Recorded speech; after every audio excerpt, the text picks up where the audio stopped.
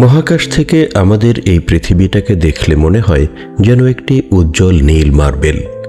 সৃষ্টির শুরু থেকেই এই গ্রহের 3/4 বা শতকরা 75 দখল করে রেখেছে জলরাশি। সুপেয় পানির আধার হিসেবে আমরা দেখি অসংখ্য নদ নদী, খালবিল আর হ্রদ। কিন্তু আপনি কি জানেন, আমাদের চোখের সামনে দেখা এই মিষ্টি পানির ভাণ্ডার পৃথিবীর মোট জলের মাত্র 3%। বাকি 97% জলই লবণাক্ত, যা ধারণ করে আছে বিশাল সব সাগর আর মহাসাগর। আটলান্টিক, ভারত কিংবা আর্কটিক মহাসাগর এরা প্রত্যেকেই বিশাল, কিন্তু এদের সবার বাবা বা প্রধান হিসেবে যদি কাউকে চিহ্নিত করতে হয়, তবে একটি নামই সামনে আসবে: প্রশান্ত মহাসাগর। বিস্তীর্ণ এই জলরাশি কেবল একটি মহাসাগর নয়, এটি মানব সভ্যতার ইতিহাসে মৌসুমি বাতাসের মাধ্যমে বাণিজ্যের প্রসার ঘটিয়েছে, আবার কখনো বা প্রকৃতির রুদ্র রোষে ধ্বংসলীলা চালিয়েছে। অনেকেই জানেন আয়তনে এটি বিশ্বের বৃহত্তম, কিন্তু এই বৃহত্তম শব্দটির গভীরতা কতটুকু আপনি কি জানেন? প্রশান্ত মহাসাগর একাই পৃথিবীর সমস্ত স্থলভাগের চেয়েও বড়। আজকের এই বিশেষ পর্বে আমরা ডুব দেব পৃথিবীর বৃহত্তম এই জলাধারের অতল গহ্বরে। জানব এর সৃষ্টি, ইতিহাস, ভয়ঙ্কর আগ্নেয়গিরি, অদ্ভুত জীববৈচিত্র্য এবং বর্তমান সময়ের এক করুণ পরিণতির কথা। প্রিয় দর্শক, নোটে চড়ে বসুন, কারণ প্রশান্ত মহাসাগর সম্পর্কে এমন কিছু তথ্য আজ আপনাদের সামনে আসবে যা হয়তো আপনার চিন্তার জগৎকে ওলটপালট করে দেবে। প্রথমে আসা যাক প্রশান্ত মহাসাগরের বিশালতার পরিসংখ্যানে। এটি কেবল বড় নয়, এটি অকল্পনীয় রকমের বিশাল। এর মোট আয়তন প্রায় 17 কোটি বর্গ কিলোমিটার বা প্রায় 6.5 কোটি বর্গ মাইল। এই সংখ্যাটি শুনতে সাধারণ মনে হতে পারে, কিন্তু আসুন একটি তুলনা করি।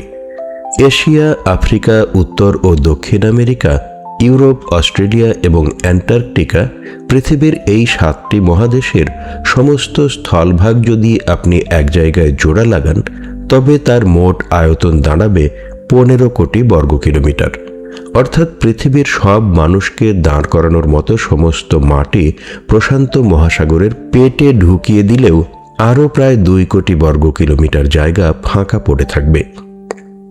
সমস্ত পৃথিবীর মোট জলপৃষ্ঠের 46% বা প্রায় অর্ধেকটাই এই এক মহাসাগরের দখলে। এর ভৌগোলিক অবস্থানও বিস্ময়কর। পূর্বে আমেরিকা মহাদেশ, উত্তর ও দক্ষিণ এবং পশ্চিমে এশিয়া ও অস্ট্রেলিয়া মহাদেশ, এই দুই বিশাল ভূখণ্ডের মাঝখানের পুরোটা জুড়েই প্রশান্ত মহাসাগরের রাজত্ব। 5 ডিগ্রি উত্তর অক্ষাংশ বরাবর এই মহাসাগরের বিস্তৃতি সবচেয়ে বেশি। আপনি যদি ইন্দোনেশিয়ার উপকূল থেকে যাত্রা শুরু করে সোজা পূর্ব দিকে কলম্বিয়ার উপকূল পর্যন্ত একটি কাল্পনিক রেখা টানেন, তবে সেই রেখার দৈর্ঘ্য হবে প্রায় 20,000 কিলোমিটার। এই দূরত্বটা কতটা বিশাল জানেন? পৃথিবীর আকাশে আমরা যে চাঁদ দেখি, সেই 5টি চাঁদকে যদি পাশাপাশি রাখা হয়, তবে অনায়াসেই এই দূরত্বের মধ্যে তা এঁটে যাবে। একইভাবে উত্তরে আর্কটিক সাগর বা সুমেরু থেকে শুরু করে দক্ষিণে অ্যান্টার্কটিকা বা কুমেরু পর্যন্ত এর বিস্তার। সব মিলিয়ে প্রশান্ত মহাসাগরে সঞ্চিত পানির পরিমাণ প্রায় 71.5 কোটি ঘন কিলোমিটার। এই বিশাল জলরাশির তাপমাত্রাও সব জায়গায় এক নয়। মেরু অঞ্চলের কাছে, যেখানে তাপমাত্রা হিমাঙ্কের নিচে -1.4 ডিগ্রি সেলসিয়াস, সেখানে বিষুবীয় এলাকায় তা 30 ডিগ্রি সেলসিয়াস পর্যন্ত হতে পারে। আবার লবণাক্ততার দিক থেকেও রয়েছে ভিন্নতা। বিজ্ঞানীদের মতে এলাকাভেদে প্রতি 1000 অণু পানিতে লবণের পরিমাণ 32 থেকে 37 পর্যন্ত ওঠানামা করে। প্রশান্ত মহাসাগর কেবল বিশাল জলরাশি নয়, এটি মানব ইতিহাসের এক নীরব সাক্ষী। প্রাগৈতিহাসিক যুগ থেকেই মানুষ অজানাকে জানার নেশায় এই মহাসাগর পাড়ি দিয়েছে। গবেষকদের ধারণা, কমপক্ষে 45,000 বছর আগে সাহসী মানুষরা ছোট ছোট নৌযানে করে প্রশান্ত মহাসাগরের কিছু অংশ পাড়ি দিয়ে ইন্দোনেশিয়া থেকে অস্ট্রেলিয়া মহাদেশে পদার্পণ করেছিল। ভাবা যায়, আধুনিক নেভিগেশন ছাড়া সেই উত্তাল সমুদ্রে তারা কিভাবে পথ চিনেছিল? খ্রিস্টপূর্ব 3000 সাল নাগাদ তাইওয়ানের অধিবাসীরা এই মহাসাগর পাড়ি দিয়ে ফিলিপাইন, ইন্দোনেশিয়া এবং মাদাগাস্কারের মানুষের সাথে ব্যবসা বাণিজ্য শুরু করে। ধীরে ধীরে গড়ে ওঠে এক বিশাল সামুদ্রিক বাণিজ্য পথ, যা আফ্রিকার মোজাম্বিক থেকে জাপান পর্যন্ত বিস্তৃত ছিল। কিন্তু এই মহাসাগরের নাম প্যাসিফিক বা প্রশান্ত হলো কিভাবে? এর পেছনে রয়েছে এক ইউরোপীয় অভিযাত্রীর গল্প। পর্তুগিজ নাবিক ফার্দিনান্দ ম্যাগেলান 1521 সালে তিনি তার নৌবহর নিয়ে দক্ষিণ আমেরিকার সর্বদক্ষিণ প্রান্ত দিয়ে এক নতুন পথের সন্ধানে বের হন। দক্ষিণ আমেরিকার সেই সংকীর্ণ এবং ঝঞ্ঝা বিক্ষুব্ধ প্রণালী পার হতে তাকে ভয়াবহ প্রতিকূলতার মুখে পড়তে হয়। তার সম্মানেই সেই জায়গার নাম স্ট্রেট অফ ম্যাগেলান। কিন্তু সেই ভয়ঙ্কর পথ পেরিয়ে যখন তিনি মূল মহাসাগরে প্রবেশ করলেন, তখন তিনি পেলেন শান্ত বাতাস আর ধীর লয়ের ঢেউ। ঝড়ের পর এই শান্ত রূপ দেখে মুগ্ধ হয়ে তিনি এই মহাসাগরের নাম রাখলেন মার প্যাসিফিকো, যার অর্থ শান্তির সাগর। কালক্রমে এটি প্রশান্ত মহাসাগর বা প্যাসিফিক ওশান নামেই পরিচিতি পায়। ম্যাগেলান একে শান্তির সাগর বললেও এর তলদেশ কিন্তু মোটেও সাধারণ সমতল ভূমি নয়। প্রশান্ত মহাসাগরের গড় গভীরতাই প্রায় 4000 মিটার বা 4 কিলোমিটার।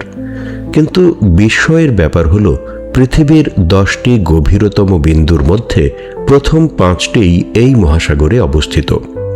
এই তালিকার শীর্ষে রয়েছে মারিয়ানা ট্রেঞ্চের চ্যালেঞ্জার ডিপ। এটি পৃথিবীর গভীরতম স্থান। এর গভীরতা 11,000 মিটারেরও বেশি। কল্পনা করুন পৃথিবীর সর্বোচ্চ পর্বতশৃঙ্গ মাউন্ট এভারেস্ট, যার উচ্চতা 8,848 মিটার।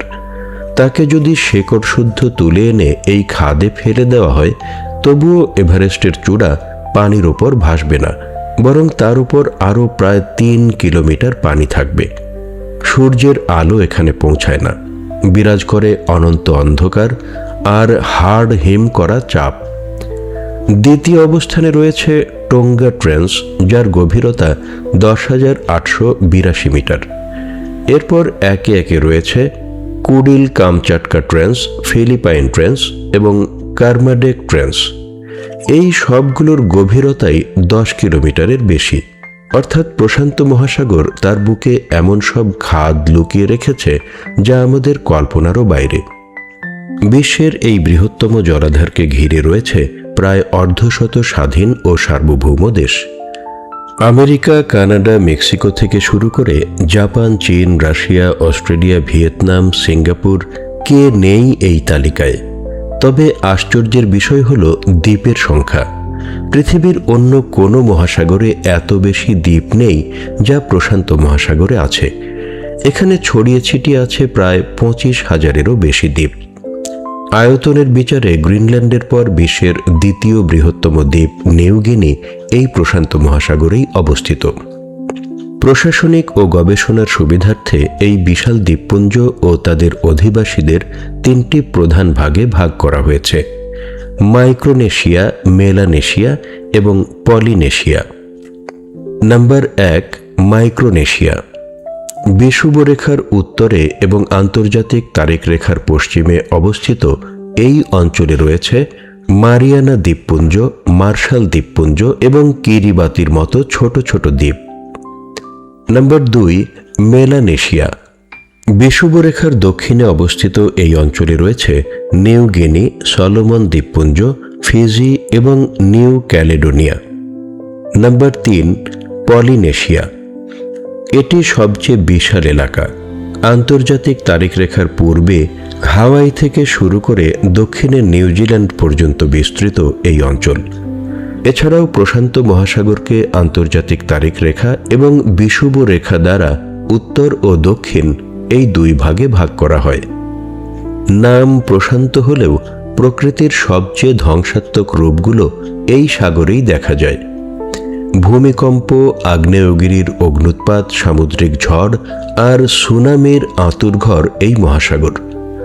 প্রশান্ত মহাসাগর জুড়ে প্রায় 40,000 কিলোমিটার দীর্ঘ এক অশ্বক্ষুরাকৃতি বেল্ট রয়েছে, যাকে বলা হয় রিং অফ ফায়ার। পৃথিবীর 75% সক্রিয় আগ্নেয়গিরি এখানেই অবস্থিত, যার সংখ্যা 450-রও বেশি। কন্টিনেন্টাল এবং ওশেনিক প্লেটের সংযোগস্থল হওয়ায় পৃথিবীর 90% ভূমিকম্পই এই অঞ্চলে ঘটে। এখানেই শেষ নয়, বিশ্বের সবচেয়ে শক্তিশালী দুটি ট্রপিক্যাল সাইক্লোন বেসিন এখানে অবস্থিত। পূর্ব প্রশান্ত মহাসাগরে সৃষ্ট ঝড়গুলোকে বলা হয় হারিকেন, যা মেক্সিকো ও যুক্তরাষ্ট্রের উপকূলে আঘাত হানে। অন্যদিকে উত্তর পশ্চিম প্রশান্ত মহাসাগরে সৃষ্ট ঝড়গুলোকে বলা হয় টাইফুন, যা জাপান, ফিলিপাইন ও চীনের উপকূলে তাণ্ডব চালায়। সবচেয়ে চমকপ্রদ তথ্য হল, প্লেট টেকটনিক প্রক্রিয়ার কারণে এই মহাসাগরের 3 প্রান্ত প্রতি বছর গড়ে 1 ইঞ্চি বা 2.5 সেন্টিমিটার করে সংকুচিত হচ্ছে। অর্থাৎ প্রতি 2 বছরে প্রশান্ত মহাসাগর 1 বর্গ কিলোমিটার করে ছোট হয়ে আসছে। এর ঠিক বিপরীতে আটলান্টিক মহাসাগর কিন্তু ধীরে ধীরে বড় হচ্ছে। ধ্বংসের পাশাপাশি সৃষ্টির এক অপার বিস্ময় এই মহাসাগর।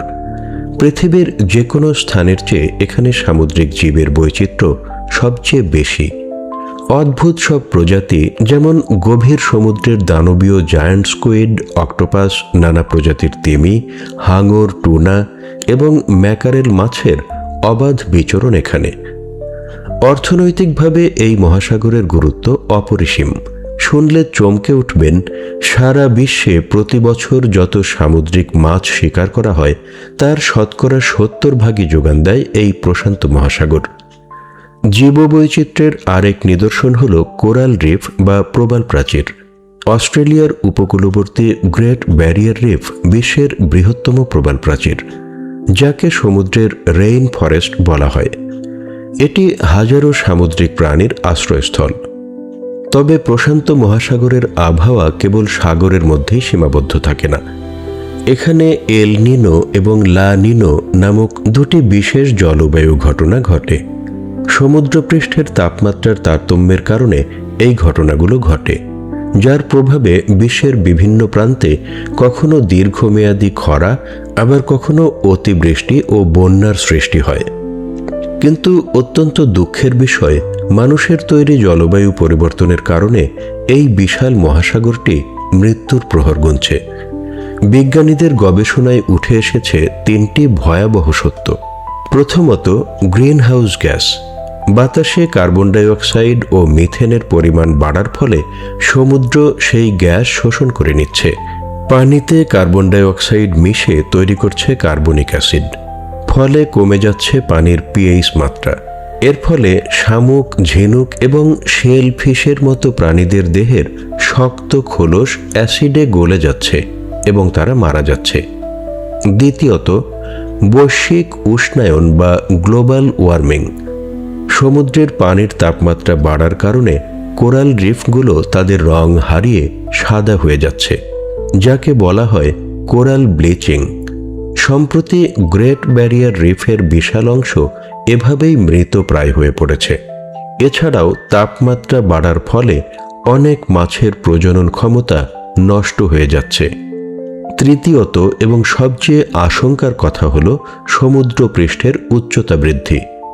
মেরু অঞ্চলের বরফ গলে প্রশান্ত মহাসাগরের পানির উচ্চতা বাড়ছে। বিজ্ঞানীদের মতে কিছু এলাকায় এই বৃদ্ধির হার স্বাভাবিকের দ্বিগুণ। এর ফলে প্রশান্ত মহাসাগরের বুকে জেগে থাকা হাজারো ছোট ছোট দ্বীপ এবং উপকূলীয় জনপদ অদূর ভবিষ্যতে মানচিত্র থেকে চিরতরে হারিয়ে যাওয়ার ঝুঁকিতে রয়েছে। প্রশান্ত মহাসাগর প্রকৃতির এক বিশাল ও রহস্যময় সৃষ্টি। এটি একদিকে যেমন আমাদের অক্সিজেন ও খাদ্যের যোগান দেয়, তেমনি পৃথিবীর জলবায়ুর ভারসাম্য রক্ষা করে। কিন্তু আজ আমাদের অসচেতনতায় এই নীল জলরাশি তার জৌলুস হারাচ্ছে। এই মহাসাগরকে রক্ষা করা মানেই পৃথিবীকে রক্ষা করা, মানব সভ্যতাকে রক্ষা করা। আজকের এই ভিডিওটি আপনাদের কেমন লাগলো? প্রশান্ত মহাসাগর সম্পর্কে এই তথ্যগুলো কি আপনাদের জানা ছিল? কমেন্ট করে আমাদের জানান। ভালো লাগলে ভিডিওটি শেয়ার করুন এবং আমাদের সাথেই থাকুন। দেখা হবে আগামী পর্বে নতুন কোনো অজানা রহস্য নিয়ে। ততক্ষণ পর্যন্ত ভালো থাকুন, সুস্থ থাকুন।